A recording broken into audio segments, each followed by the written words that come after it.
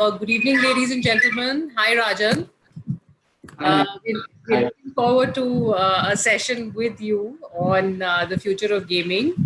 Ladies and gentlemen, Rajan is the chair of the CII Future Business Group. He's also the chair of the India 75 committee in CII. He's been involved in several things for many years and is a guiding light on many areas of work.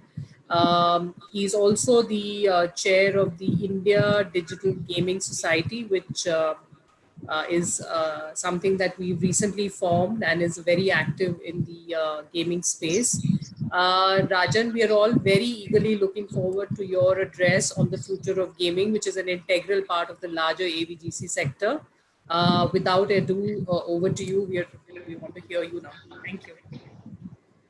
Thanks, Nirja. And I must congratulate you and the team for putting together such a wonderful summit. I think it's been very expansive, covered so many areas in the AVGC sector. And I think, gaming is something which is a lot in the news, at least in the recent times. And it is one area, where I believe that there is an opportunity for integration across many businesses, many sectors. I think competing or competitiveness or gaming as we call it, where you're trying to be on the top of a leaderboard, is something that people imbibe very early in life, right from schooling to later stages in life. You're always competing, trying to get to leaderboard. So I think what gaming really does is it touches that one emotion of a person, and this is unique, and this is something that exists across the world, and therefore the adoption of gaming and gamification is something that has been happening at a very rapid and accelerated pace, particularly in India in recent years. And I think the subject that you want me to talk about is how it will shape up in the future. And I thought I'll first just quickly mention the method through which I will talk this through. I want to first look at what is the global scenario in gaming today, then really how gaming is becoming more a part of the social space that we live in, which I started out with. What our governments are doing for gaming across the world, some insight into that, because there's a lot of excitement there. And in that light, where are we in India? And then really 4 trends that I think that are catching on really quickly. How esports is now becoming mainstream.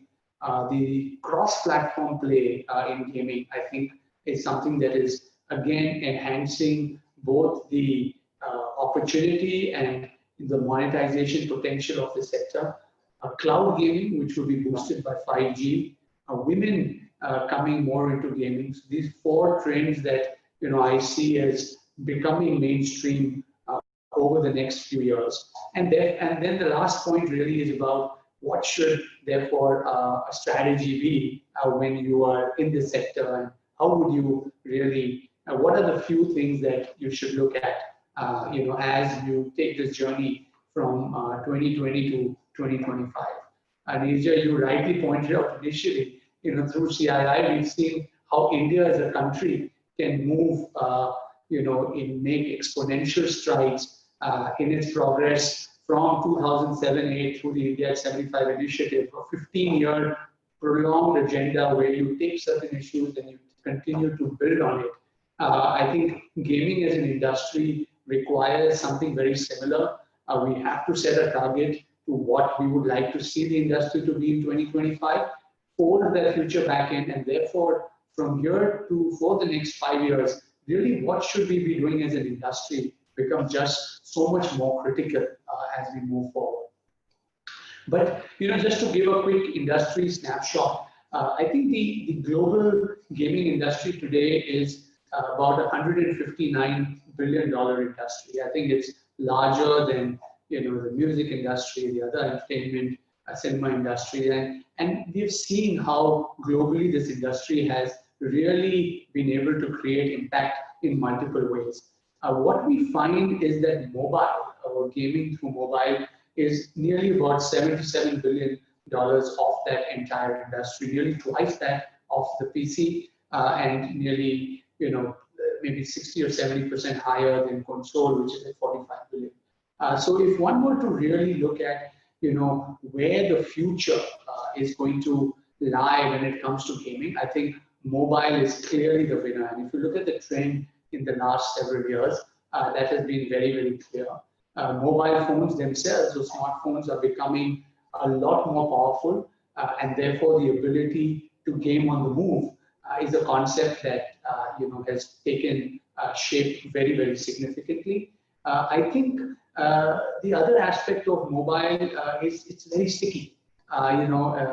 Today we see that we are doing so many things. Again, the COVID and the lockdown has enhanced that the importance of a mobile or that utility in a person's life, and we've all experienced that.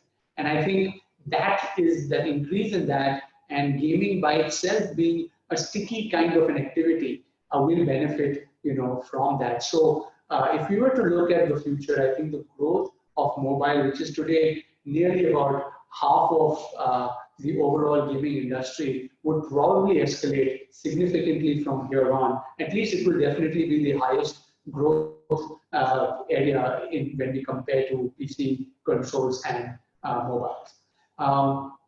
The second thing that I mentioned is how gaming is now becoming a part of the social spaces that we operate in. And I think that's really where we are finding a very existing new trend, because the moment you attach a real world clock to a game, right, you become a social media channel. Something that you're doing with any of your regular Facebook or Insta or any of the other channels, we definitely believe that a lot of the future trend will involve gamification. There are some, gaming real life situations that have already opened up. There are games that have been created in that space. But adding a social aspect to every game, I think, is something that is beginning to happen. And when you are in a COVID world and you're in lockdown, people are having weddings in a gaming environment, and we are seeing that happen. I think there are a large number of platforms. So how globally gaming can become a part of that social fabric that we have will make gaming even more interesting. So if you look at where people really spend time today on the mobile, of course, you will spend time on your calls, you will spend time on your chats, you will spend time on entertainment, on watching videos, listening to music, gaming, and social. So I think the moment you combine the time spent on social with gaming, I think we're really taking away nearly about 30 or 40% of the time a person would spend on mobile, increasing in the future. So I definitely believe that will be something that will become a lot more a fabric of gaming, and that's already begun to happen. As I mentioned, I think governments are looking at gaming as an industry a lot closer. I think we've had our own Prime Minister Modi talk about it several times. Again, very recently, just a few days back, about how gaming as an industry we need to build out of India, how we can create games on Indian folk tales and culture, and really use gaming as a part of association and affiliation to culture. And I think that's again such an exciting opportunity in terms of when it comes to education, it comes to taking gamification into multiple areas. During this period, we have used through Jet Synthesis, our company used gaming and gamification methods to create installations for businesses because people couldn't travel, and wind turbines and others using AR and VR, technologies and gamification methods of quizzing, etc., have enabled installations to happen. Now, I can tell you that we can see that shaping up, and I think governments are beginning to realize the importance of how one can do that, because that also builds a lot of efficiency into systems. The German government recently revealed a very major funding program for the national games industry, which allows companies to claim nearly 50% of their costs that they invest in gaming. So, there is a lot of incentive coming around the world. There are prime ministers talking, especially in Europe, of how gaming is the method by way of which the politicians can connect with the masses, the millennials, the new age people, and use that as a method not only to to engage their audiences, but also to create a two-way interaction. And I think gaming does that, right? It's always about a two-way interaction about how do you use gamification to therefore build a much stronger connect with your citizens, and how can you then use that as a method to do a lot more with people. And I think if we look at it around the world, we have seen that happen, and I'm of a firm belief that India is seeing that, and therefore, as Nija mentioned, CII really took this up nearly 4 or 5 years ago, when we could see the green shoots happening, and set up the Indian Digital Gaming Society. We are engaging with the community, we are engaging with different people to see how we can create even gaming and gaming professionals to have lucrative careers as a part of this. How can we look at areas like engineering, art, design, and so many other areas where talent can come in, and how this talent can become part of a global supply chain for an industry such as this. I think if we look at the way the Indian gaming kind of sector is shaping up, on one side we have the game developers around casual gaming, mobile, which we've talked about. We've now created a whole ecosystem for real money gaming, where people are coming and using online methods to pay and to win competitions and exit in and out of that. How esports has shaped up, where people are using gaming to play professional sports, and I think the entire discussion around PUBG's withdrawal from India is actually one where we have professionals who play PUBG, whose livelihood depends on that, suddenly not having that opportunity in India. But it has already become a sport. It's kind of built a community of professional players and others. There are casters, and there are people who are looking at the streaming and creating different opportunities of livelihood out of that. So I think the ability for people to be able to build careers as a part of the gaming ecosystem is something very, very strong. We also have the fantasy sports side, which is added to gaming. There are a large number of hardware and device manufacturers that are going to enhance the gaming experience, the immersiveness, the ability to have faster gaming experiences. And I think gamification is now pretty much a part of every app, every world. And you will see even those who use gaming more for who use apps for transactions, actually now using gamification as a method to build an engagement with their own audiences. And I think all of that in India has started to move very significantly. And that has also generated, I would say, a lot of investor interest from around the world. I think one of the things that we've been looking at, how can India become a great destination for different kinds of areas in new age businesses. What Nija mentioned, we've been looking at future businesses, and one aspect of the $1 trillion new economy that will come over the next few years is going to come out of new age areas. And I think gaming definitely sits in the midst of the different opportunities in new age that India would provide.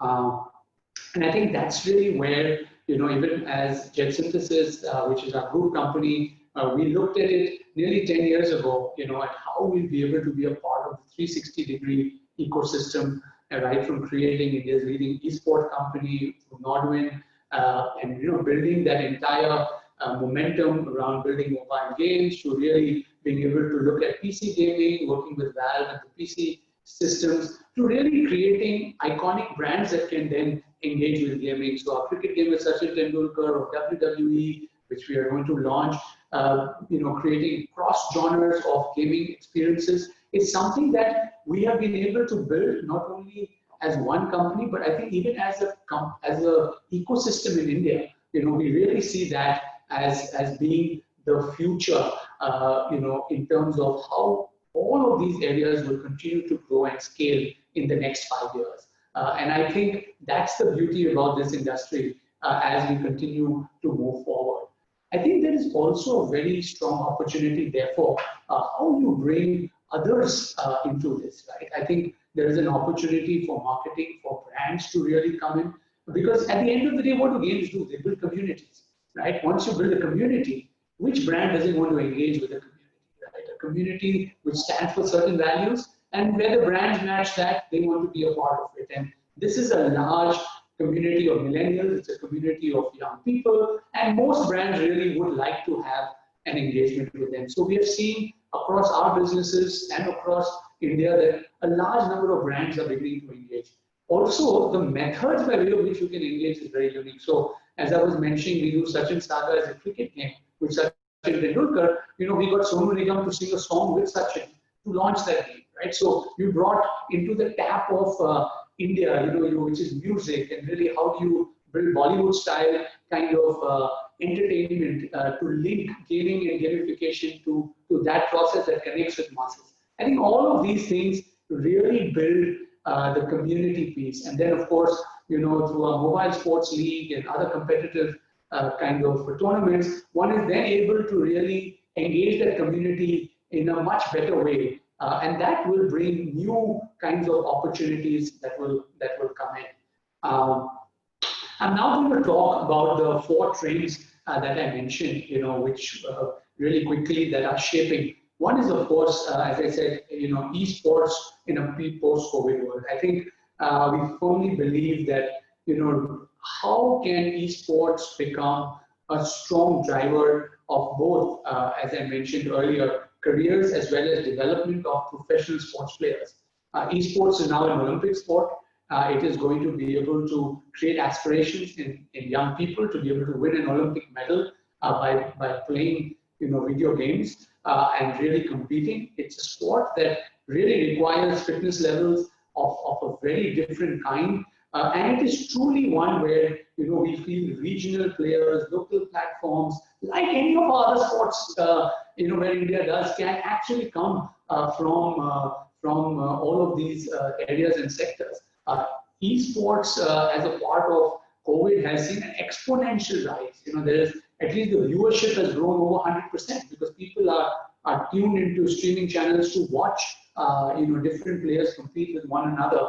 And I think the entire thing of online esports, internet penetration is going to really make this competitive sport something that will grow significantly. And we see that over the next 5 years, India can play a very meaningful role. And while the global and the world will continue to grow in that space. The second point, as I mentioned, that will, I think, contribute significantly to the revenue growth that will happen across this industry is the cross-platform play that has now begun to emerge. It doesn't matter whether you were playing a game on a console, whether you were playing on, a PC or a mobile, you'll be able to move across these in a manner that is absolutely seamless. You can leave one game in one stage of a game, move into the other, and make that entire gaming experience a part of everything that you do in life, right? It makes it a part of your daily journey. And as I mentioned earlier, for community, right? So imagine, I know this game Fortnite did this during the COVID period, got Travis Scott to run a concert, and I think they got some 12 million people who came in as a community, and the players just partied up together, to come across platforms and see how you can promote cross-platform play.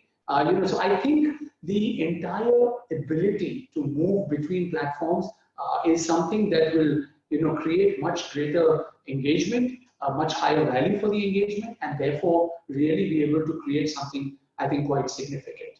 Cloud gaming is, I think, the other second big trend that I think will definitely play a key role. It is expected to grow, particularly in Asia, and I think the key driver of that is 5G. As we get, better internet speeds, you get a Game Pass, and you can really, on the cloud, play pretty much all the games that you play on your console or on your things, on your mobile, and it will just change the way, gaming and monetization will happen. Again, with unlimited data plans, cost of data going down, I think the ability to then create a massive opportunity for the future rests in really cloud gaming. And I think there is a big trend that we see which is moving in that direction.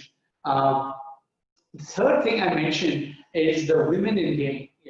I think the number of women who have been part of gaming has really begun to increase. If we look at it, earlier in India, maybe 30% of women were gamers. There are many reports that are suggesting that the share of women gamers will go up to about 40 to 45%. Now, you can just look at what is that opportunity going to unlock, right?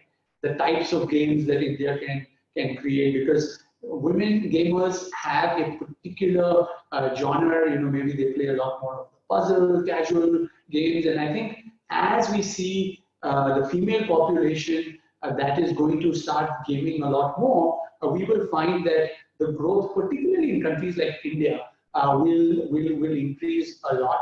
And we are seeing these in rural India. We're seeing the empowerment that digital and mobile is providing to people, and the trend in video and music, I think, has already been available. So I know I was talking to somebody, a very senior political person from a Western country, who visited 16 villages in India, in different states, and said the only thing that we found common were people wearing jeans in the village square on their mobiles, either watching some video or doing something, and a lot of them being women. And I thought that it was quite interesting, that in a village, the young people, and these are again green shoots of change as we see it happening. And I think women coming into gaming will see a boost to the sector, which will be again, I think, very significant. So these are the different trends that are coming around, happening at the same time. But what does that therefore mean? How do you really plan your strategy, right? And I'm just going to share maybe 3 or 4 things that I feel that you can think of as you are planning a gaming strategy, or really as a company, you're looking at how you get associated with this sector. I think one needs to be ready for rapid shifts, because the shifts that are going to impact this industry are beyond the control of my control or your control or others. Just what has happened, yesterday with a lot of Chinese games and others being banned in India, right? It's one shift that has happened that can change the destinies of many gaming studios, not only in India, around the world. The shift might impact you positively, the shift might impact you negatively, but being prepared and being ready and being agile as an organization, I think, for these rapid shifts are important. Sometimes you might need to amplify your marketing really quickly, right? And so you've got to be ready as an organization to be able to do these kinds of things. The second, I think, and at least we are approaching this strategy in this manner, is that how do you focus and expand on genres and platforms, right? As I mentioned, there are multiple genres that are going to engage with new audiences. How do you therefore build your strategy around genres and platforms, right? Because cross-platforms is happening. How do you therefore see what are those data-driven insights that will enable you to choose the right genres for your gaming company and the platforms that will drive value for you? I think it's extremely important to keep that as you continue to grow and expand, so that you're never off the trends that are happening in the market and in the world at large. I think the third point I would encourage and urge businesses in gaming to look at is how do you grow talent within your organization, and partnerships. I think we believe strongly that partnerships have now become critical to any form of growth strategy in the gaming industry. The entire collaboration ability today is so much more in a digital world than it has ever been, and I think the gaming industry should leverage that, should invest in talent. Again, we have access to global talent. How do we really use that to build better capabilities within our organizations, within the country? I think that's a third very strong point of planning a strategy. And maybe the last one that I want to talk about is, like, in every industry you say, who is your consumer, right? And I think for us, it's the player community. So deeply invest in the player community. How do you really create meaningful long-term associations with your gamers? How do you really create communities that will stand for values, that will influence mindsets, that can create virality around things that the game pushes out for them to be, and really use that, what we call a virtual community to make a difference in the real world.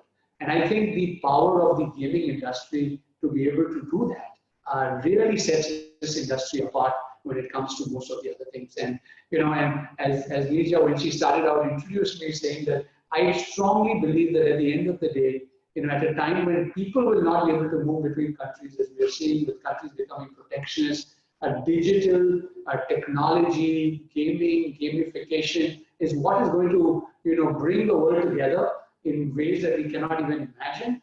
There will be challenges as one goes to do these processes, but how do you therefore choose the right types of games, the right kind of partnerships, the right kind of geographies, the right kind of methodologies that can virtually impact the real world for both the companies that are building games and the communities that are playing games. So I'm going to end here, but thank you for giving me this opportunity. And I think I've tried to put my little bit in the short time that I had about how we see this journey in the gaming industry from 2020 to 2025. So thank you. Back to you, Nisha.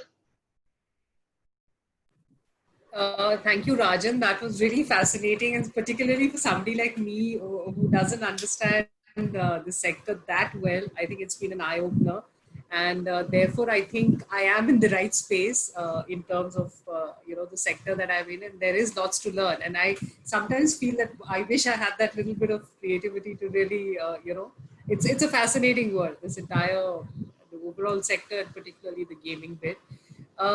We actually have a lot of people who are logged in through another platform, because unfortunately, because there was a little bit of there are multiple sessions on, so we couldn't sort of get everybody on here.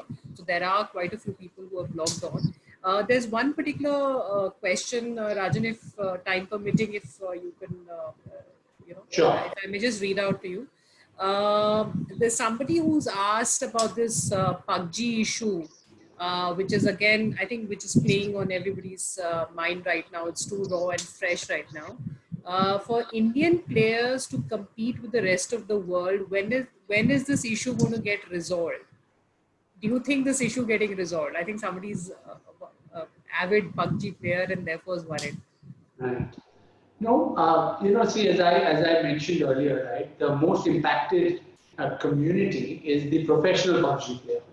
I think a casual PUBG player will find other games, which might be similar to kind of play, etc. But when it comes to the professional PUBG player, because this is the source of livelihood, it's definitely something that's going to impact that. And all those who are, as I said, engaged in the streaming and in the production of the content that goes around all of the sport and professional tournaments that are happening in PUBG. So that is definitely a sector that a group of people who are hit. As a gaming studio or even as part of an industry association, what we do is to enhance the positioning of the industry, both within the country and globally. And we work closely, Nisha, as you know, with government to see how we can take more positives, out of this. But I think the reasons around this ban are, completely out of the purview of any of us as an industry to be able to, influence or do anything about. So I think we have to see, how the situation develops, and there are policymakers and others who are looking at the best interest of the country while they are taking these decisions.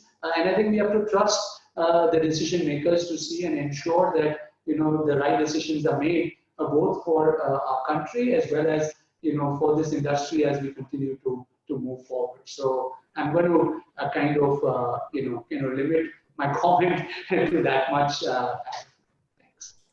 Yeah, thanks, Rajan. Rajan, just one more question, if you allow me. In the OTT sector or the platform or the space, as one calls it, the government is obviously, and we've had several rounds of discussion with the Ministry of Information and Broadcasting on the regulation part. And particularly Secretary Khare is of the very strong view that, look, it should be very feather light regulation, and it should be self-regulated.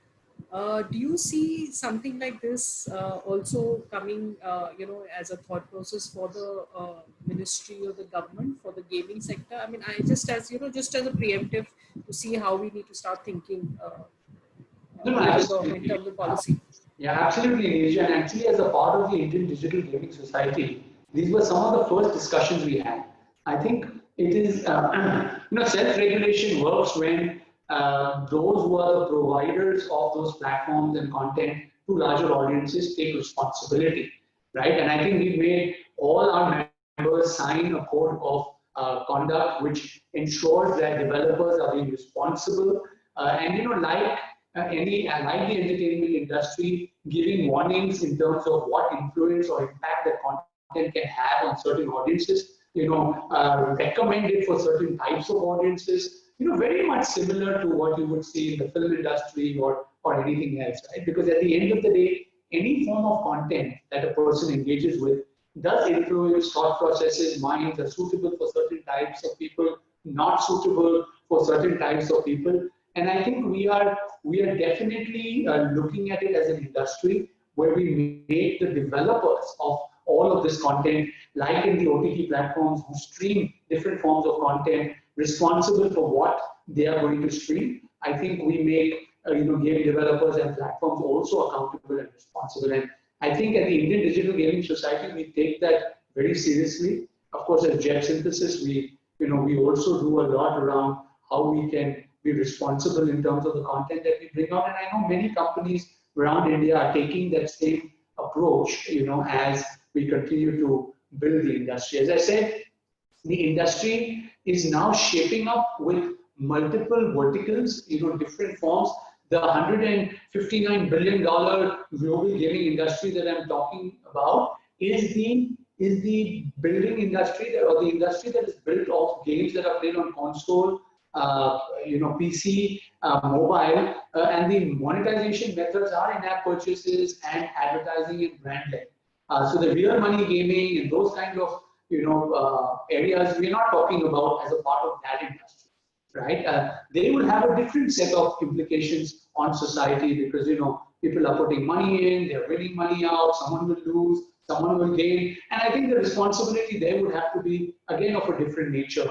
And I think it's clearly, I think the thinking of the government is very right here that whoever or whatever is that platform that is engaging audiences with what they are doing needs to take responsibility for the audiences, give warnings that might be relevant for them, so that regulation is really not required. Because at the end of the day, if we create a responsible community, that is what will build trust with government and also encourage the industry to be able to grow rapidly. So I think responsibility at the hands of companies is very. Thank you, Rajan. That was interesting. A fascinating sector. No wonder, AVGC is considered the champion sector and a sector for the future, the sunrise sector as we call it. And the Honorable Prime Minister has alluded to it very recently. And therefore, from CII's point of view, also, while we have a very robust media and entertainment committee, which is with very eminent people across all the sub verticals of the media and entertainment segment. But I think the AVGC is what really got us, to really give it that focus and trust and that to get the community together. And therefore, we are glad that you are there with us and to guide us through this process. And we hope to have a good, time working with you and the Gaming Society and exciting times ahead. Many thanks for your time, Rajan, and look forward to future engagement. Thanks, Nija. Thank you very much. A pleasure. Thanks. Thank you, Rajan.